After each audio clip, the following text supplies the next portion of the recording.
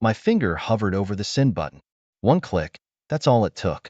Hitting enter on that message, telling my husband the truth about my affair, changed everything. Boom. My world imploded. You think you know how these stories go? Trust me, you don't. This isn't about getting caught or begging forgiveness. Think more along the lines of lies spiraling out of control, whispers behind my back, and a twist of fate that left me wishing I'd never started typing that damn message. Buckle up, because husband vanished from our city after I told him the truth is my story, and it's not for the faint of heart. The cursor blinked on the screen, mocking me. Just tell him. My traitorous brain kept whispering. Just get it over with. For 2 weeks, I'd been writing and deleting, rewriting and agonizing. How do you text someone that your marriage is a sham? That the guy you've been sneaking around with isn't some fling, but the reason you can't look at your own husband anymore? I typed the words, cold and brutal despite their simplicity. Then I jammed my thumb down on the send button before I could chicken out. Silence. Not the normal pause of a text conversation, but a thick, choking silence that made my ears ring. I wanted to throw the phone across the room, smash the damn thing against the wall. Instead, I shoved it in my pocket and stared at my reflection. It's over, I said aloud to the weary-looking woman in the mirror. He'll get the message, and that's that. My voice didn't even sound convincing to my own ears. The grocery store loomed ahead. I didn't want to go in, but the fridge was empty, a testament to weeks of takeout and ignored meal planning. The damn list in my hands suddenly weighed a ton. Milk, eggs, his favorite brand of coffee. I squeezed my eyes shut. Had I left it on the list on purpose? Some petty part of me hoped he'd notice, feel that little sting of betrayal. Inside, the bright fluorescent lights made my head pound. Every couple holding hands, every casual laugh felt like a personal attack. His coffee, dark and bitter on the shelf, practically screamed at me. I grabbed some random brand, tossed it in the cart, and fled to the checkout line. The rest of the day was a blur. His absence wasn't new. The affair had ensured that. But this was different. This emptiness was final. This was the space he'd leave, forever. The Google search results hit me like a ton of bricks. Betrayal trauma? Surviving infidelity? Am I a monster? Suddenly it was less about him, and more about what the hell was wrong with me. Every clinical term felt like a slap in the face. I slammed the laptop shut. Nope, not dealing with that today. Lisa came over that evening, bless her heart. She brought wine and that worried, eyebrows slightly raised expression I'd come to dread. I should have been grateful, but every sympathetic, "How are you doing?" just made me want to scream. Did she know? Did she suspect? "I'm fine," I lied, topping off my glass. Better. Actually, it's a relief, in a weird way. I didn't even try to make it sound convincing. Her pitying smile stung way worse than an accusation would have. The rest of the week was a blur of work, thankfully busy, and sleepless nights. Every song on the radio, whether it was sappy pop or screaming metal, was suddenly about heartbreak and betrayal. Had I been this clueless when we were happy, or had everything always been a lie? Worst of all was the smell. Not his cologne, though that haunted me too, but the lingering scent of him everywhere I turned. It had wafted off a passing stranger and sent me spiraling. I wanted to rip out my own nose, just to make it stop. One night, after too much wine and not enough food, I tackled the elephant in the room, our photo albums. Digital, of course. It felt safer, somehow, to delete a file than tear up an actual picture. Yet, each pixelated smile I banished into the recycle bin felt like a miniature murder. Hours blurred together while I clicked and clicked, flashes of happy memories stabbing with each deletion. Finally, exhausted and emotionally eviscerated, I collapsed on the bed. I didn't even have the energy to cry. My phone buzzed on the nightstand, shattering the dead silence of 3 a.m. for a hot, desperate second. I thought it was him. Some drunken confession, a plea for forgiveness.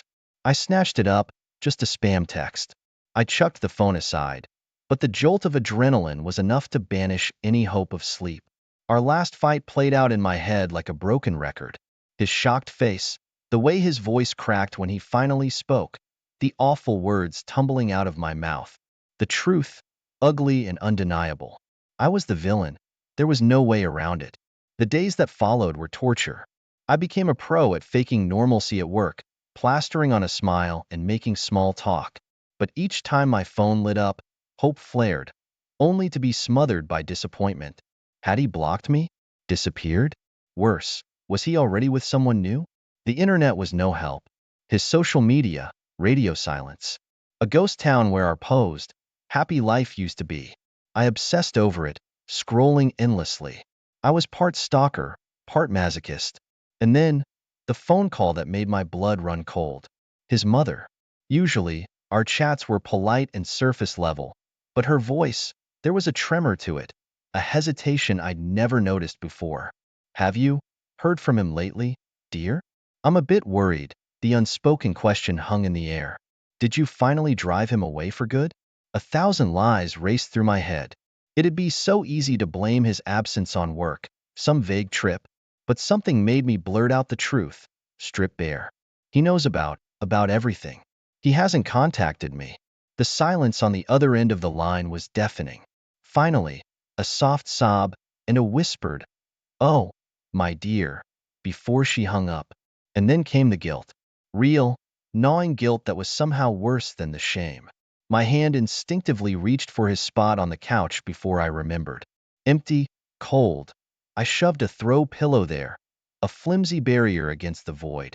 The TV blared in the background, some mindless sitcom I didn't even care about.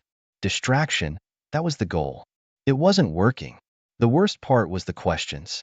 From well-meaning coworkers, shabby neighbors, the cashier at the damn grocery store. How's everything at home? They'd ask, innocent smiles on their faces. Every time, I had to relearn how to breathe, how to plaster on my "I'm fine" mask. A lie, every damn time. And then there was him, the lover, the reason for the mess I'd made. His text, one measly "Are you okay?" hovered on my phone screen, a constant accusation. I wanted to type back, spill my guilt, beg for forgiveness. Or maybe scream in all caps, "You did this too." Instead, I blocked his number. Another small act of self-preservation. Another piece of myself I barely recognized.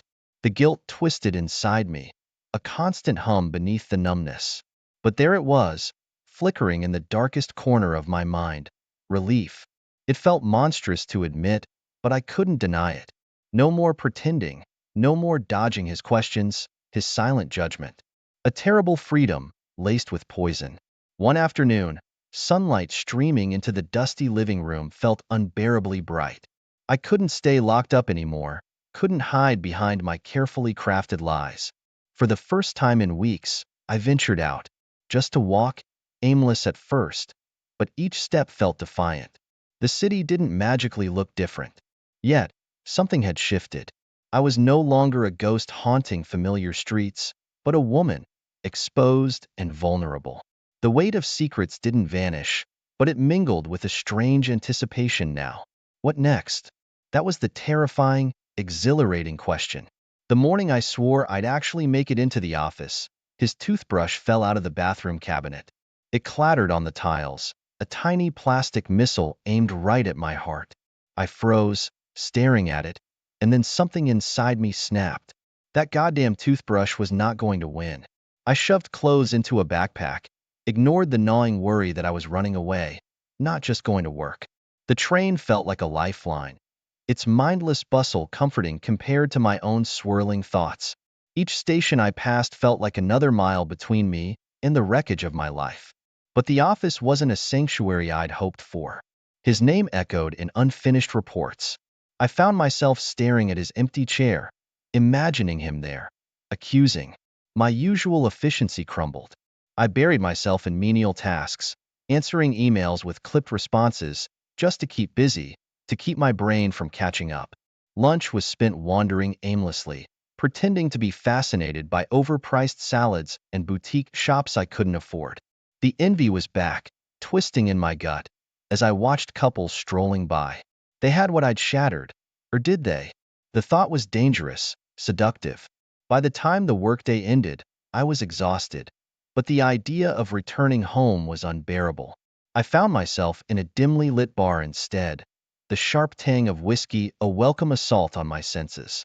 Strangers clinked glasses around me, their laughter and conversations a comforting white noise to drown out my own thoughts. With each drink, the knot in my chest loosened a fraction. I wasn't fixed, not by a long shot, but neither was I paralyzed. I could keep moving, if only one shaky step at a time. That, for now, felt enough. The buzzer rang, its high-pitched whine slicing through my fragile morning. Not another, "How are you doing? Sympathy visit, please." I dragged myself to the door, expecting some takeout order I didn't remember making. It wasn't food. A small, brown box sat on the mat. His name, scrawled in that familiar handwriting I used to love, stared back at me. A return to sender notice mocked me from the corner. So even his belongings had given up on him. I kicked the damn thing under the couch, ignoring the satisfying thump. The rest of the day was spent avoiding the living room, that hidden accusation waiting to be dealt with. I tried to lose myself in spreadsheets, but the numbers blurred. His face kept flashing through my mind. Angry, betrayed, just gone. That night, the nightmare found me again. He was yelling, but the words were muffled, indecipherable. I reached out, desperate to explain, but he vanished into swirling darkness. I woke gasping, sweat-soaked and trembling. Sleep, the oblivion I craved, had become another form of torture. My phone buzzed nonstop, messages piling up. Sarah, David, even old college friends I hadn't spoken to in years. Had the news somehow spread? Every text felt like a noose tightening around my throat. I shoved the phone into a drawer, unable to confront their worried inquiries, let alone the mess of half-truths I'd have to spin. The package under the couch taunted me.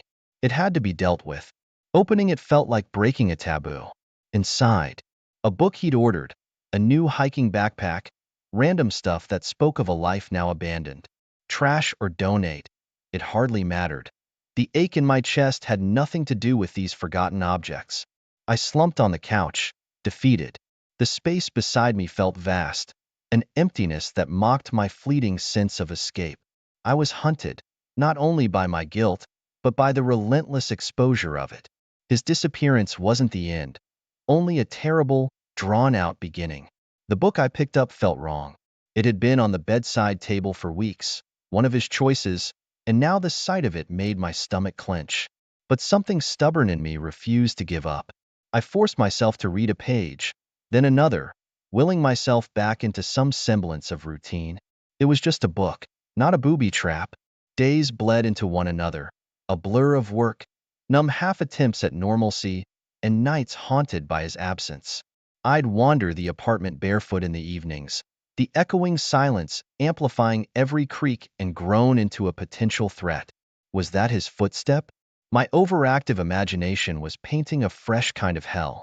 One morning, I walked past the corner coffee shop I used to frequent with him. A couple laughed at a table by the window, their ease a mockery of my shredded nerves.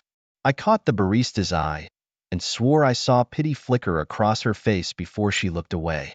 Had the whole city turned into one giant jury, judging my every move? The whispered rumors started subtly, not direct accusations, but raised eyebrows, a sudden silence when I entered a room. People I barely knew offering unsolicited advice on getting through difficult times. I wanted to scream that this wasn't some generic heartbreak. I'd caused this disaster, and every sideways glance seemed to confirm it. Then came the voicemail. His mother again, her voice strained and brittle. "I just saw him. In the supermarket. He looked. Well, I thought you should know." The floor tilted beneath my feet. He was here, in the city, like a lurking ghost. And now everyone would know I'd lied. I spent the rest of the day in a numb haze, imagining the confrontations. Him, eyes blazing, cornering me in a grocery aisle. His mother's tears of sorrow and relief that he was alive, if not well. Or worst of all, silence. Him refusing to acknowledge me, erasing me from his existence just as thoroughly as I'd erased his from mine. The text bubble stared at me, empty and mocking. It was almost a relief, those few frantic taps of the delete key, erasing the confession before it could ruin me even more. The truth, choked down, festered inside me instead. Sleep had become the true enemy. The bed, with its expanse of cool sheets and echoing space, was unbearable. I started sleeping on the couch, curled up tight in a pathetic imitation of safety. Each time I woke, heart pounding, I checked my phone with a desperate hope I knew was ridiculous. Still nothing. Work days were a blur of forced conversations and meticulously masked anxiety. But the nights, those belonged to my unraveling. His toothbrush, that stupid plastic thing, still glared at me from the bathroom cup. I couldn't bring myself to throw it away, yet the sight of it made me sick. It became a kind of twisted ritual, proof that this hell was real, not just some fever dream. I found myself obsessively checking his mother's social media. Vacuous posts about her knitting circle, photos of her cat, nothing. But I clung to it, scouring every mundane image for some clue, a hidden message only I could decipher. The silence was the worst. It screamed at me from every corner of the apartment. And it wasn't just his silence anymore. Lisa hadn't texted in days. My colleagues' pitying glances had morphed into outright avoidance. He was winning, erasing me from his world, and mine was crumbling around me as a result. One afternoon, I cracked. The bar had become my guilty haven. In the dim light, with the burn of cheap whiskey, the edges of my panic softened. That day, I didn't just have one. Or two. I lost count, lost track of time. The bartender's concerned frown, just one more blurry detail. Stumbling home was difficult. But in that hazy, alcohol-soaked state, a reckless plan began to form. It was stupid, desperate, possibly insane. But as I passed out on the sofa, a twisted flicker of defiance sparked in me. I wasn't going down without a fight. My head pounded like a war drum when I woke. The half-empty bottle of whiskey on the floor was a mocking testament to my meltdown. But beneath the hangover haze, a reckless determination fueled me. Time for lies was over. I wasn't going to hide anymore. The ring came off first. It felt heavier than I remembered, leaving a pale, accusing band on my finger. I shoved it into a drawer, a tiny act of rebellion that brought no relief. Next came the bigger lies. Ones that wouldn't just disappear with dodged questions or ignored texts. Emails were harder to fake. Official communications left a trail. I sat at my laptop, fingers trembling, and crafted my masterpiece. An overseas job offer he couldn't refuse, a sudden departure, just vague enough to be believable, especially with my forced cheeriness. I hit send and stared at the screen. It was done. And then, the craving hit. Not for more booze, but for him. The ghost I'd conjured. I had to go back to that place, the little bistro where we'd first met. Was it pathetic? Of course. But I clung to the twisted comfort of reliving what was lost. The bistro was unchanged. Cozy booths. The smell of freshly baked bread, couples whispering sweet nothings across their tables. Every detail was a fresh wound. I didn't order wine, like we used to. Just coffee, black and bitter, to match my mood. As I left, I knew I'd made a colossal mistake. Instead of closure, I felt even more exposed. The lies I'd woven anew surround my neck. Yet, there was a perverse thrill, too. It was out there now, this fake happy ending I'd created. The consequences would come, I knew that. But for the first time in what felt like forever, I wasn't just reacting. I was acting, no matter how destructive it might be. The rest of the day was spent in a state of jittery anticipation. Would his mother call, breathless with relief? Would concerned colleagues email? Would he appear at my door, somehow having seen through my pathetic charade? Nothing. But the waiting, the not knowing, was its own special brand of torture. The apartment felt like a prison. Each echoing silence was a countdown to disaster. It came in the form of a phone call, my heart thundering as I saw his mother's name flash on the screen. Here it was, the unraveling I'd so foolishly set in motion. He's back, she choked out, a sob catching in her voice. I saw him in town. He looked terrible, but he's alive. Her voice shifted, confusion lacing through the relief. Your email? About the job, didn't he tell you? It took me a few awful seconds to process what she was saying. The overseas job was real? My manufactured lie had somehow become the truth. But how? Terror twisted in my gut. I stammered out some excuses, vague promises to talk to him, to clear up the misunderstanding. None of it made any sense, even to me. Hanging up, I stared into space. The room seemed to spin. My grand scheme had blown up in my face, leaving me more exposed, more vulnerable than ever. News spread quickly. Lisa's hesitant text arrived next, a mix of cautious concern and thinly veiled suspicion. Heard he's back? Want to talk? You know I'm here. Colleagues, distant relatives. I felt them all zeroing in with morbid curiosity, the buzzards circling a dying animal. I shut my phone off. Cowardly, but self-preservation kicked in. I couldn't face the questions, the accusations, the whispers turning into shouts. Instead, I drifted. I cleaned. A frenzy of scrubbing and sorting, desperate action to combat the chaos in my head. But even the spotless counters couldn't erase the sense of impending doom. And then, the worst of it. Walking home from the grocery store, I saw him. Not a blurry figure on a corner, but him, real and undeniable, right in front of me. He looked thinner, shadows under his eyes, but I'd know that face anywhere. He stared back at me, shock turning to cold fury. I opened my mouth, but no words came. There were no excuses, no explanations that could fix this. Then, he simply turned and walked away, erasing me from his world as I watched, helpless and heartbroken. The rest of the day passed in a blur of tears and trembling.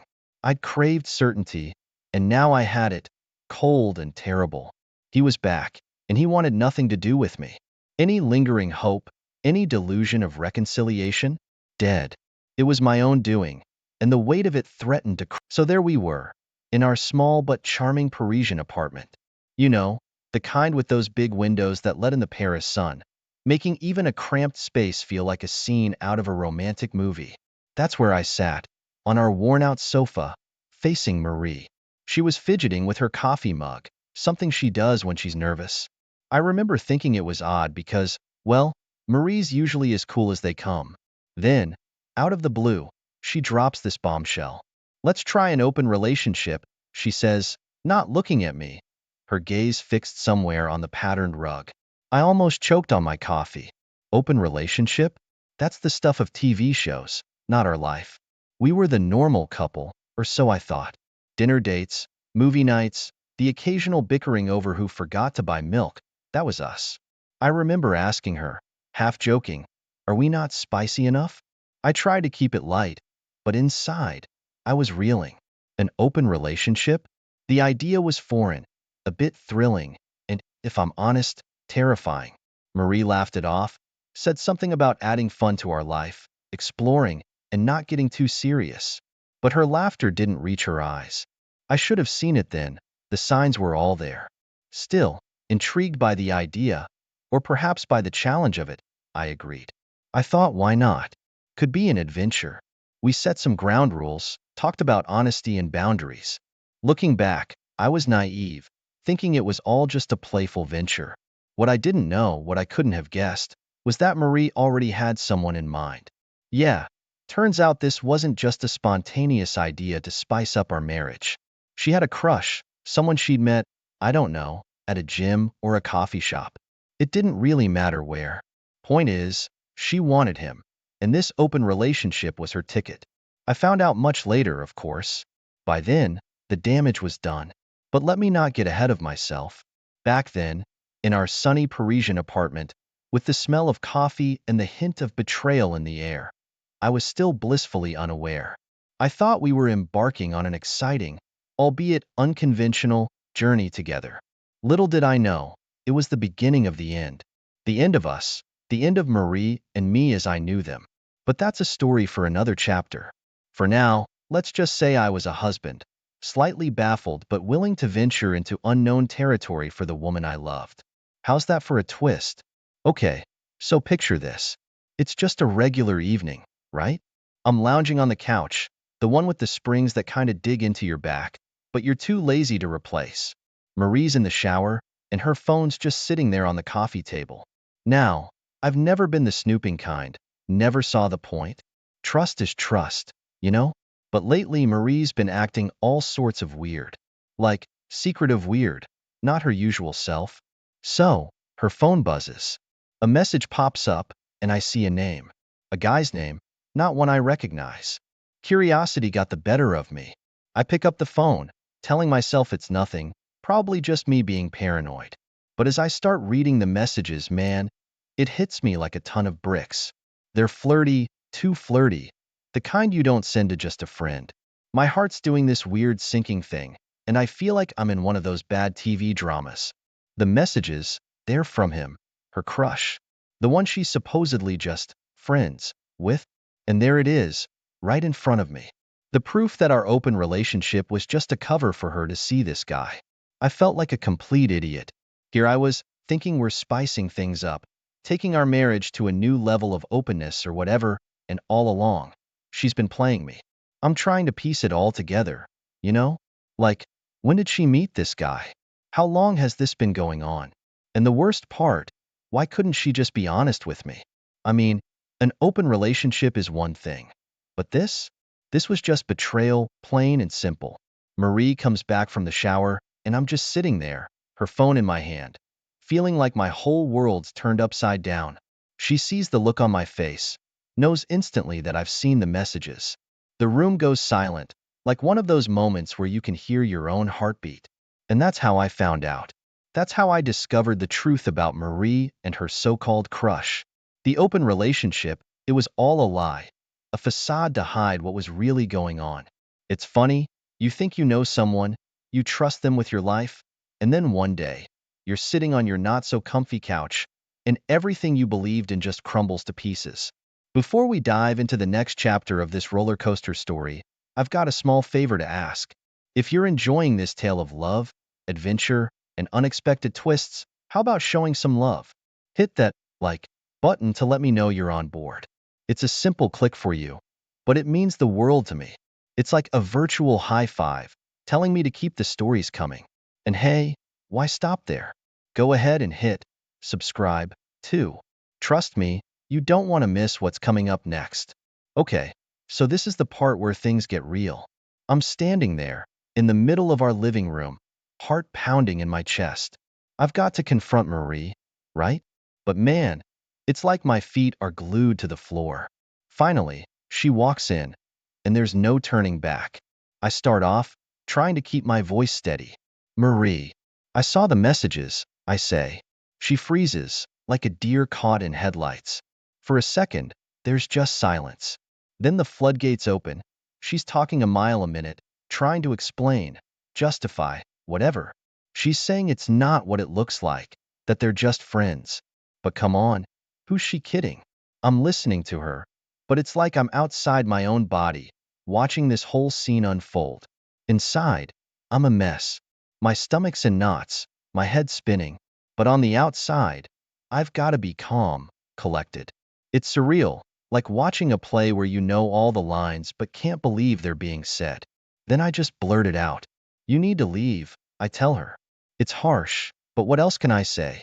She looks at me, and I see this mix of shock, guilt, and something else, maybe fear. She starts to plead, saying we can work it out, that she's sorry. But it's too late. The trust is gone, shattered into a million pieces. Watching her pack her bags is one of the hardest things I've ever done. It's like each item she puts in her suitcase is a memory, a piece of our life together. But what choice do I have? I can't just pretend everything's okay. She's crying now, asking me to reconsider. But it's like her words are just bouncing off me. I'm numb. You know? It's all too much. All I can think about is how this person, the one I shared my life with, could betray me like this. So there she goes, out the door, her suitcase trailing behind her. The apartment door clicks shut, and just like that, she's gone. The silence that follows is deafening. I'm standing there alone, in the empty space that was once filled with us, our laughter, our arguments, our dreams. And that's how it went down. The confrontation, the end of it all.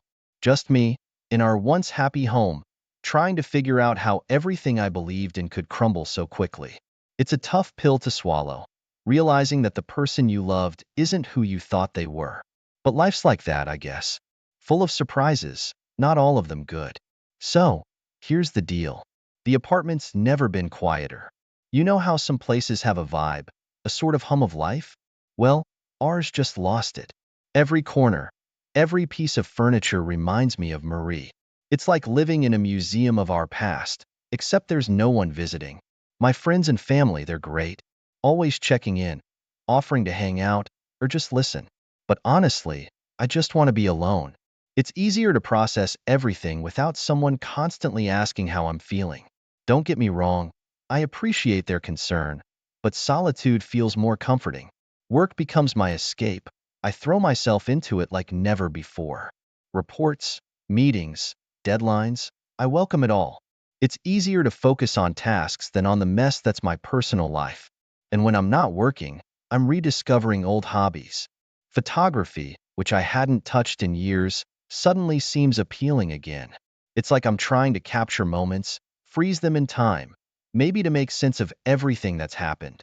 The nights are the hardest. The bed feels too big, the silence too loud. I lie awake, replaying everything in my mind. Could I have done something differently? Were there signs I missed?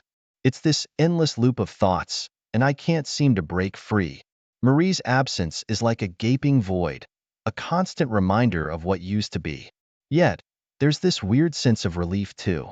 No more lies, no more wondering, no more doubts about where we stand. It's a strange mix of loss and liberation. I start to notice how I'm changing. I'm more introspective, a bit more cynical maybe. I catch myself staring out the window, lost in thought. I used to be the guy who always saw the glass as half full. Now, I'm not so sure. The apartment, once a sanctuary of our love, now feels like a shell. I consider moving out, starting fresh somewhere else, but that feels like giving up, like letting this whole ordeal defeat me.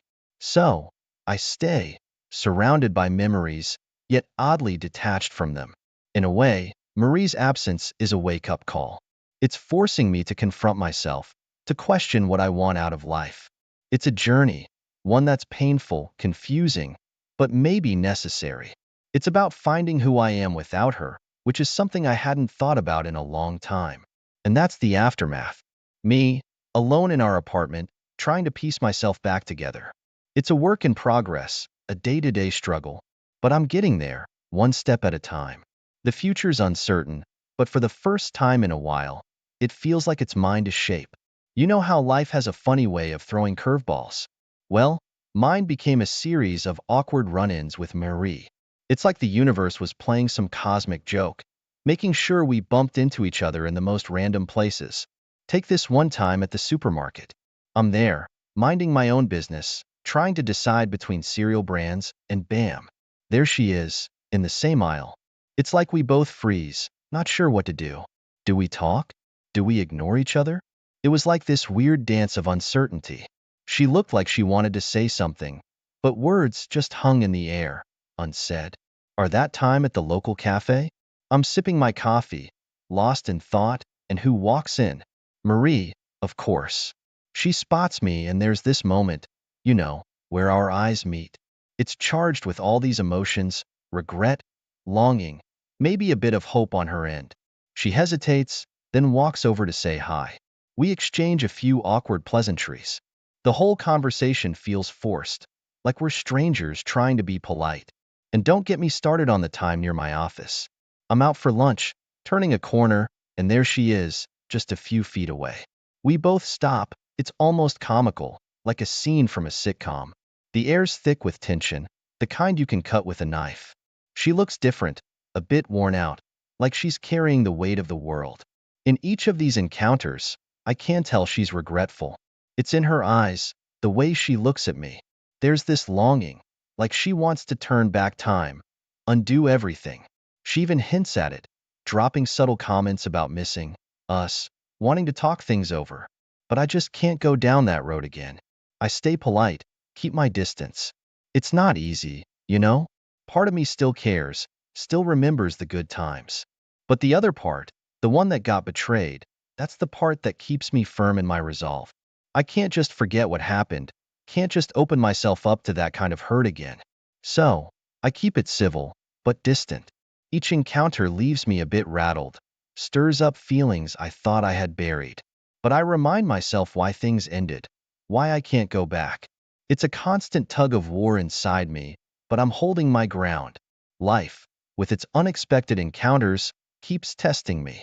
But I'm learning, adapting. It's like navigating a minefield of emotions, trying to come out unscathed. Marie, with her regretful glances and unspoken pleas, is a chapter I've closed. It's tough, but moving on is the only way forward. And that's what I'm trying to do, one awkward run-in at a time. So, just when you think life's dealt you all its cards, it sneaks in an ace. That ace, Clara, she's a colleague from work, always been there in the background, you know? Friendly, smart, the kind of person everyone likes. We'd chat at the coffee machine, exchange the usual office banter, nothing special. But after all the Marie drama, things kind of shifted. It started off innocent enough. A couple of extra minutes chatting in the break room, a shared joke here and there. But then, those few minutes turned into lunch together, and those lunches turned into after-work drinks. I found myself looking forward to seeing her, which was a surprise, to be honest. Clara, she's different. She's got this lightness about her, a way of making things seem a bit brighter. She's funny, like genuinely funny, and talking to her is so easy. It's like I can be myself, no pretenses, no pressure. And she listens, really listens, you know? After being in a relationship where every conversation felt like a minefield, this was refreshing. Our friendship started to blossom, and I gotta say, I didn't see it coming. We talk about everything and nothing: work, movies, our crazy theories about what's happening, and our favorite TV shows. It was all very casual, but there was this undercurrent, a kind of connection that was hard to ignore. I started noticing little things about her: the way her eyes crinkle when she laughs, how passionate she gets about her hobbies, her quirky sense of humor. It was nice to feel something positive after so much negativity. But it wasn't just the fun stuff. Clara was there when I needed to vent, when the aftermath of my split with Marie got too heavy. She had this way of understanding, of saying the right thing without making it feel like a big deal. And she'd share her own stories, her struggles, which made me feel like I wasn't alone in this of life. I found myself enjoying her company more than I expected. It was like a breath of fresh air, a glimpse of normalcy amidst the chaos. With Clara, I could laugh, really laugh. Not just a polite chuckle, but a deep, genuine laugh that I hadn't realized I'd been missing. It was strange, this growing closeness with Clara. It felt like we were on the brink of something. A new chapter, maybe. But I was cautious, still licking my wounds from the whole Marie situation. I didn't want to rush into anything, didn't want to make the same mistakes. Yet, there was no denying the spark, the undeniable pull towards her. So, there we were, Clara and I, two colleagues who stumbled upon a friendship that seemed to be edging towards something more. It was unexpected, a little scary, but also exciting. Life's funny that way, throwing you a curveball just when you think you've struck out. And Clara, well, she might just be the home run I never saw coming. All right, so here's where things take another turn. Marie, out of the blue, starts this full-on campaign to win me back. It's like she suddenly realized what she'd lost and was hell-bent on fixing it. But by then, my heart was in a different place, you know? It began with texts, lots of them. Every time my phone buzzed, I felt this twinge, like, what now? They were all these messages about missing me, regretting her choices, wanting to talk. At first, I read them, but it was just too much. It's hard, trying to move on when your past keeps popping up on your screen. Then came the voicemails. Her voice, once so familiar and comforting, now just brought back a flood of memories, and not the good kind. She'd sound teary, sometimes hopeful, talking about our past, how we could rebuild. But every word just reminded me of betrayal. It's like a wound that started healing and then gets poked at. The peak of it all? She showed up at my apartment one evening. I remember opening the door, and there she was, tears streaming down her face. It was like seeing a ghost of our past life together. She was pleading, saying she'd made a mistake, that she wanted us back. But standing there, looking at her, all I could see was everything that went wrong. She gambled with our relationship, and now she was losing. It's a tough spot, seeing someone you once loved so broken, but knowing you just can't go back to that place. My heart, it had moved on, even if she hadn't. I had found peace, a sort of acceptance of what happened. And Clara, she was a big part of that, showing me that life could be good again, that I could laugh and feel something positive.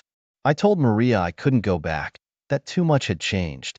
It was one of the hardest things I've ever had to do, closing the door on what we had. But it was necessary, for both of us. She needed to face the consequences of her choices, and I needed to keep moving forward. Marie's desperation, it was a reminder of how much can change, how quickly things can fall apart.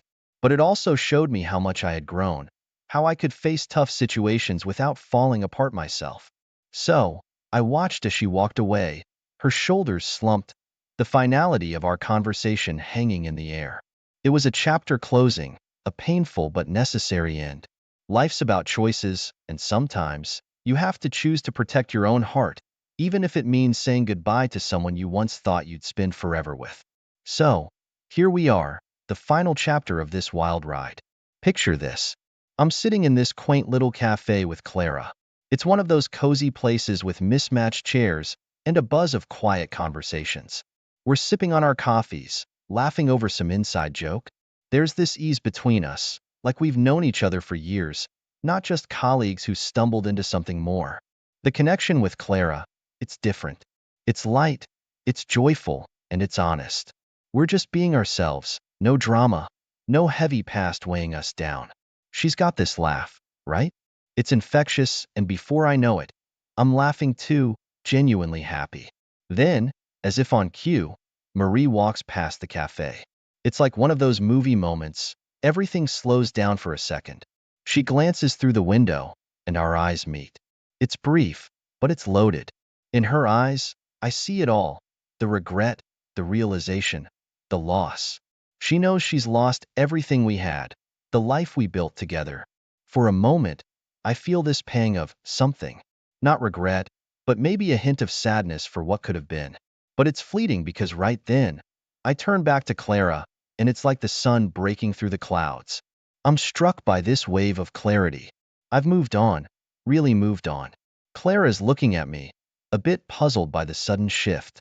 I just smile, shake my head slightly, like I'm brushing off a distant memory. We pick up our conversation, talking about some trip we're planning, nothing major, just a weekend getaway. But it feels significant, like a step towards something new, something good. I realize, sitting there with Clara, that this is it, a new beginning. It's not about forgetting the past, but about embracing the future. I'm not the same guy who sat in that Parisian apartment months ago, feeling like his world was falling apart. I've grown, changed, healed. Marie, she's part of my past, a chapter that's closed now. It wasn't easy, but it's led me here, to this moment, to Clara. Life has a funny way of working out, doesn't it? Just when you think you're at the end of your story, it turns out it's just the beginning of a new one.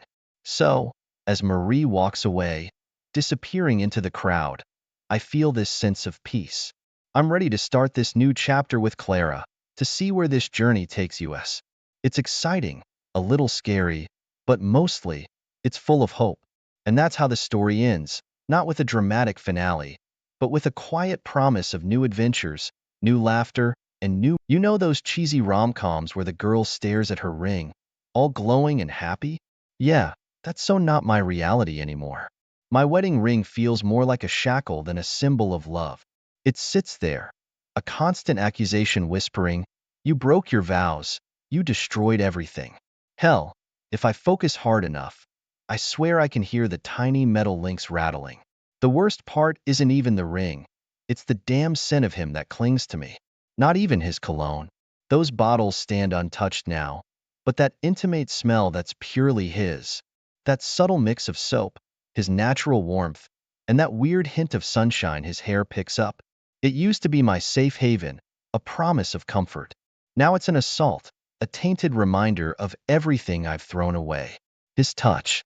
It used to spark this fizzy feeling under my skin. Now, I flinch. Every time his hand brushes mine, his arm settles around my shoulders, I feel like I'm on fire. The worst is the look in his eyes, a flash of confusion before he covers it up.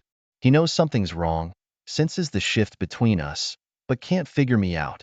Of course, he can't. I've become a master of deception. Every lie, every flimsy excuse is a goddamn brick in this monstrous wall I've built between us. It wasn't a conscious plan. It just happened. One tiny untruth, then another, until this chasm yawned wide. And now he looks at me sometimes like I'm a stranger. I want to rip my own hair out, to scream that it's all my fault, that I'm the one who turned our life into this bleak shadow of what it was. Nights are endless torture. Dreams, if you can even call them that, warp his face into an ugly mask of betrayal and rage. He shouts all the words I deserve. Liar, traitor, worthless, each one twisting the knife deeper. I jolt awake with those accusations ringing in my ears, gasping for breath, soaked in sweat and shame.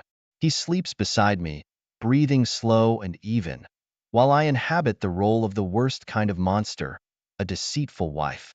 The crushing weight of that realization makes it almost impossible to close my eyes again. My phone buzzes, and my heart does a traitorous flip-flop. It's him, the other man. His texts are a lifeline I never should have grabbed onto. Each word feels like a jolt of electricity, a rush of something dangerous and thrilling. He makes me feel seen, desired, things that have been fading away in my marriage for too long. His messages are the only part of my day that don't feel like a suffocating fog of guilt. Of course, I've turned into a freaking pro at hiding. Phone password protected like it holds national secrets. I delete messages obsessively, paranoia gnawing at the back of my mind. Every time a notification pops up, a sliver of terror slices through me. It could be my husband seeing a glimpse of something I can't explain. I live on this constant tightrope, adrenaline buzzing under my skin, the slightest noise making me jumpy. The strain is spilling over. Fights with my husband flare up over nonsense. The dishes left unwashed, a forgotten task. It's not really about these tiny things, though. It's the guilt eating at me, twisting itself into a hot ball of resentment. He doesn't deserve my anger, but I can't stomach my own shame, so I lash out instead. We're circling each other warily, our once safe spaces filled with this unspoken tension. Intimacy. It's the most twisted kind of torture. His touch, the weight of his body, should be everything good and familiar. Instead, every time we try to be close, all I see is a flashing neon sign in my mind. Cheater. Liar. I want to push him away, to scream at him that I don't deserve his affection, but that would expose my wretched secret. I'm stuck in this horrible performance, pretending that everything is normal while I feel like I'm fracturing inside.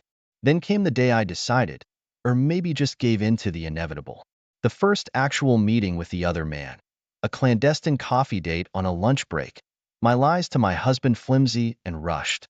The moment I saw him in person, my stomach twisted in a knot of excitement and terror. The conversation flowed like liquid fire, all intoxicating energy and shared secrets. It felt like finally taking a breath after being underwater for too long. Do I even need to say it? It was wrong, all of it, but maybe that's what makes it so damn addictive. It's a release from the prison of guilt I've built, even as it drags me deeper into the mess I've created. The affair, it's like a quicksand pit, dragging me under. Every stolen meeting, every heated text exchange, pulls me in deeper. It's this sick cycle of thrill and agony. The other man whispers promises into the night, words I desperately want to believe. Yet, even when I'm caught up in the moment, there's a nagging voice in my head saying, this is madness. This won't end well. Somewhere on the periphery, there's the self-loathing. A constant churning in my gut, a sense of disgust that I can't quite shake. I look in the mirror and see a stranger, a person I don't even recognize anymore. This pit of betrayal inside me widens every day, eating away at whatever good was left. But hey, my brain has an excuse for everything, doesn't it? Like some twisted defense attorney, it starts listing off justifications. My husband, he's been busy, preoccupied. Sure, marriage can ebb and flow, but I craved more attention. The other man, he filled that emptiness, made me feel wanted again. The word, lonely, pops up a lot in my internal monologue, makes this whole mess feel a bit less monstrous, somehow. Thing is, the high of the affair is starting to curdle. The secrecy, constant fear of discovery, the lies piled on lies. It's exhausting. Turns out, cheating doesn't fix broken things, just adds a whole new layer of brokenness. It's like putting a dirty bandage on an infected wound. It doesn't help the problem, it just makes it worse. Worst of all, I think my husband knows. Not the details, thank God, but he senses something is deeply off. It's in the way he looks at me, the slight hesitation before he touches me, his questions, those are the worst. Simple, innocent things like, "You seem preoccupied lately," or "Is everything okay?" Each one slices through my carefully constructed facade, making me break out in a cold sweat. His concern feels like a heavy chain around my neck, a constant reminder of the monstrous deception I'm living. The word, confession, hangs in my brain, refusing to take shape on my lips. Part of me knows it's the only way out of this mess, a desperate attempt to salvage some shred of who I used to be. But then the terror kicks in. What if he leaves? What if he never looks at me the same way again? Our entire life, the house, the routines we built, everything we said was forever. It all crumbles in my mind. I imagine the devastation on his face, the shattering of his trust, and it cripples me, keeps me trapped in this suffocating prison of silence. Meanwhile, the other man is no savior. He's become demanding. His messages shift from sweet nothings to something almost possessive. Jealousy seeps through, questions about my life, veiled threats if I dare suggest slowing down. Our affair, once an exhilarating escape, is turning into another kind of cage.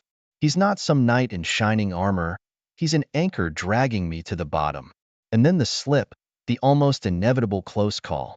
My husband picks up my phone to hand it to me, and just for a second, there it is. A text from the other man, a suggestive nickname flashing on the screen. The blood drains from my face. I manage to play it off, invent some lie about a coworker, but the damage is done. My heart pounds against my ribs, a relentless drumbeat of panic. When my husband turns away, I vomit in the bathroom. The fear isn't abstract anymore. It's nausea, shaking hands, cold sweat. With a surge of clarity, I know this has to end. The guilt, the anxiety, it's a parasite sucking the life out of me. I should feel relieved to finally act, but instead, there's a hollow dread. I'm trapped by the consequences of my own making. This clean break I desperately want is an illusion that will shatter into 1,000 ugly shards the moment it begins. Ending the affair proves messier than I anticipated. The other man cycles through fury, pleading, guilt trips, even veiled threats to keep me under his thumb. It's ugly, the kind of desperate showdown that makes me realize exactly how deep the rabbit hole goes. Cutting him off is agonizing, like surgery without anesthesia, each exchange leaving a raw, painful wound. He won't take no for an answer. The other man bombards me, calls I ignore, messages overflowing with manipulative misery, a few laced with thinly veiled threats. Wouldn't want your husband to find out how you really are. It's relentless, and the terror of exposure is a constant hum under my skin. Sleeping? Forget about it. Every sound, every shift of light makes me envision my husband discovering the truth in the ugliest way possible. And then, the bomb drops. My husband finds an earring on the floor. A single, flashy hoop that looks absolutely nothing like anything I own. It sits on his palm like a malevolent insect, gleaming with accusation. Panic is an understatement. My guts clench, my mind races, searching for a plausible story that won't immediately explode in my face. He doesn't yell, but there's a tremor in his voice when he finally asks, "Is there something you need to tell me?" It's a question poised on the edge of a cliff, and I'm already falling. I can lie, make up a frantic excuse, maybe buy myself a little more time. But what's the point? The noose is tightening. The air is turning thin. All that comes out is a pathetic sob. Then the words start spilling, clumsy and jumbled, a torrent of self-disgust mixed with desperate pleas for forgiveness. Each painful detail feels like a knife I'm twisting into him. He doesn't interrupt, he just sits there, absorbing it all, his face turning ashen. Seeing his devastation is like a perverse mirror. Every tear he sheds, every flinch away from my touch, echoes the torment I've been silently inflicting on myself. His hurt is a physical force in the room, a weight crushing the last bit of deluded hope that this might be somehow fixable. There are no words to describe that emptiness, the horrifying realization that I've shattered the life we built, broken something that might be beyond repair. The silence stretches between us, thick and suffocating. Each tick of the clock sounds like a hammer on a nail. I want to scream, to break something, just to shatter this horrible stasis. Yet, I also want to curl into a ball and disappear, become invisible to his pained eyes. He used to look at me with love, or even simple amusement. Now there's just a void in his gaze, a chilling emptiness. The home we built, warm and welcoming, suddenly feels like a crumbling mausoleum. His voice cuts through the quiet, hesitant yet razor sharp. Is there someone else? The question I dreaded most has finally arrived. I nod, a pathetic little jerk of my head, unable to meet his eyes. There's no hiding it anymore. No more excuses will plaster over the gaping wound I've created. The shift in him is terrifying. He's always been so calm, such a gentle soul. Now, his entire body tenses, a tremor in his hands. His voice rises, tinged with a wrath I've never seen before. It's laced with disgust, with betrayal, with the echo of 1,000 shattered promises. My tears flow freely now, useless and shameful. Apologies tumble out of me, a pathetic litany of, "I'm sorry," that sound hollow even to my own ears. I'm not begging for forgiveness. There's no way he could grant that. I just need to say it, maybe to convince myself that some tiny, broken part of me still recognizes the depth of my actions. Get out. The command slices into me. Each word is laced with ice, a complete severing of any warmth that remained. His face is a mask of cold fury. Every trace of the man I knew is gone. I obey without protest. What else can I do when I've destroyed any right to remain in this haven he called home? Packing is a mechanical act. Hands move, shoving clothes into a suitcase I haven't touched in years, but my mind feels numb. Each familiar item, a sweater he once complimented, the fuzzy socks I wore while reading on the couch, is a hammer blow. It's the concrete reality of what I've done, the dismantling of this life I no longer deserve. Our goodbye echoes with emptiness. My words of apology stick in my throat, useless remnants of shattered vows. He doesn't look at me, just stares at a spot on the wall, his form rigid with hurt. The silence feels more deafening than any screams could be. Each step towards the door takes monumental effort. I'm walking away from everything I've ever known, yet I'm not sure where I'm going. The only certainty is crushing, unbearable regret. It's a constant companion, a low thrum of self-hatred that I know will haunt me for a long, long time. A friend takes me in, offering a place to stay and a shoulder to cry on. Yet even among kindness, shame burns like an open wound. I see myself through her eyes, a cautionary tale, the woman who threw it all away. The judgment is unspoken, but it doesn't need to be. I judge myself far more harshly. Then my phone vibrates. It's a text from him, short and devoid of emotion. "We need to talk about the future." The words send a jolt of panic and a flicker of something. Hope. Maybe? It's such a dangerous, pathetic little spark. Yet, it ignites despite my best efforts. Even after everything, some shred of me can't fully let go of what we had. The possibility, however slim, that there's a path forward hangs like a question mark, both terrifying and irresistible. The whispers swirl faster than a wildfire. News of my betrayal seeps into every corner of my world, pitying glances from neighbors, the abrupt silences when I enter a room, the once friendly texts that abruptly cease. My social circle shatters, some condemning my actions with vicious certainty, others offering awkward, faltering support that feels more like a grim obligation than genuine compassion. The other man desperately tries to worm his way back into my life.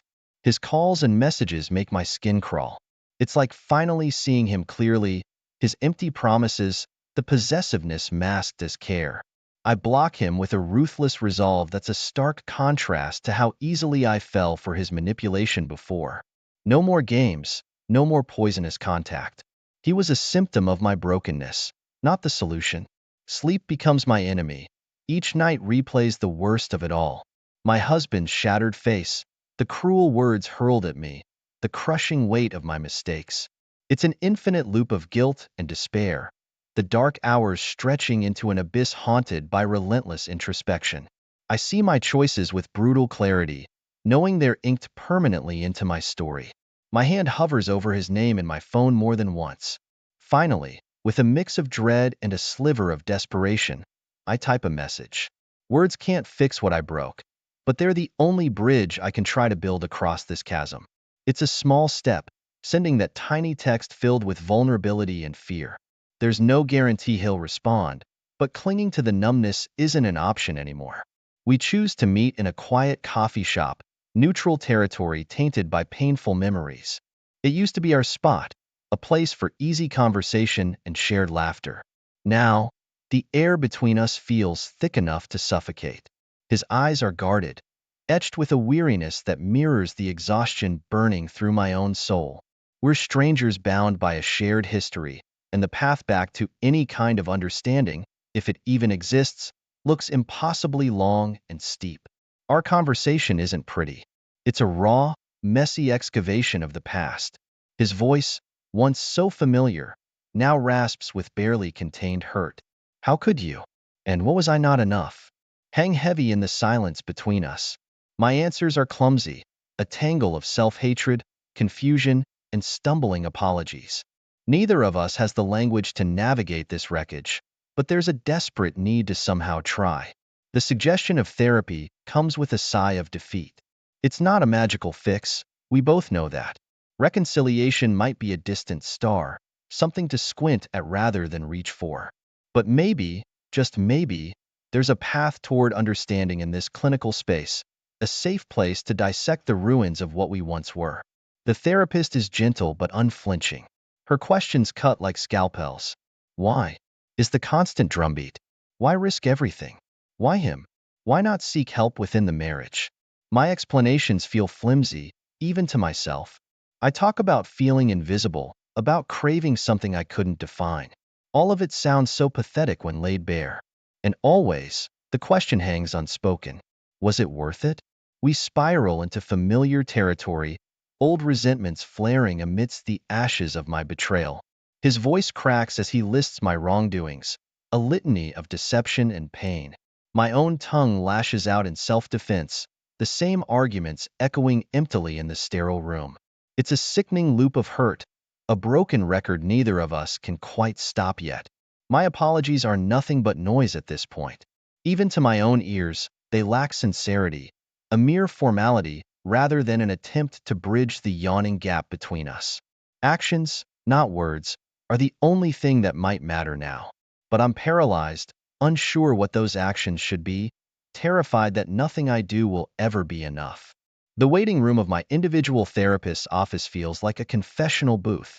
I'm here not to fix my marriage, that might be beyond repair, but to unravel the tangled mess within me. The therapist doesn't judge but prods. She wants to dig into the why, the hidden vulnerabilities and twisted needs that led me to this destructive choice. It's uncomfortable, dredging up past insecurities and patterns I barely dared to acknowledge before. Days bleed into each other, a blur of self-analysis and raw regret. I journal, pouring out the ugliness onto the page, hoping to find clarity in the mess of thoughts. Everything hinges on that one question. Is there any chance of salvaging the wreckage I caused? Or is our marriage an empty shell destined to crumble into dust? Each day, I face him, a broken reflection of my guilt mirrored back in his eyes. We move haltingly through routines, the weight of unspoken questions hanging in the air. Surprisingly, it's him who hesitantly brings up forgiveness. It's a word loaded with pain and potential, a distant peak we might strive for but may never reach. We both know forgiveness isn't a switch, that there's no guarantee it will ever fully arrive. But we recognize it as a possible, necessary goal if we want any chance at building something from the ashes. My next steps are hesitant but determined. Apologies are meaningless now, it's actions that hold any weight. I become meticulous about respecting his boundaries, about giving him space when he needs it. Kindness replaces defensiveness, a conscious choice even when the hurt in me still flails in protest. I don't do this to earn my way back in, but because it's the only way I can regain even a shred of self-respect. Whether there'll be reconciliation, or if we'll simply walk separate paths, remains unknown. The future is a blank page, terrifying in its emptiness. All I have is the present, and the relentless work of healing myself. Perhaps, if I truly change, it will open a possibility for a different kind of future. If not, I'll at least walk away from this knowing I didn't cling to the broken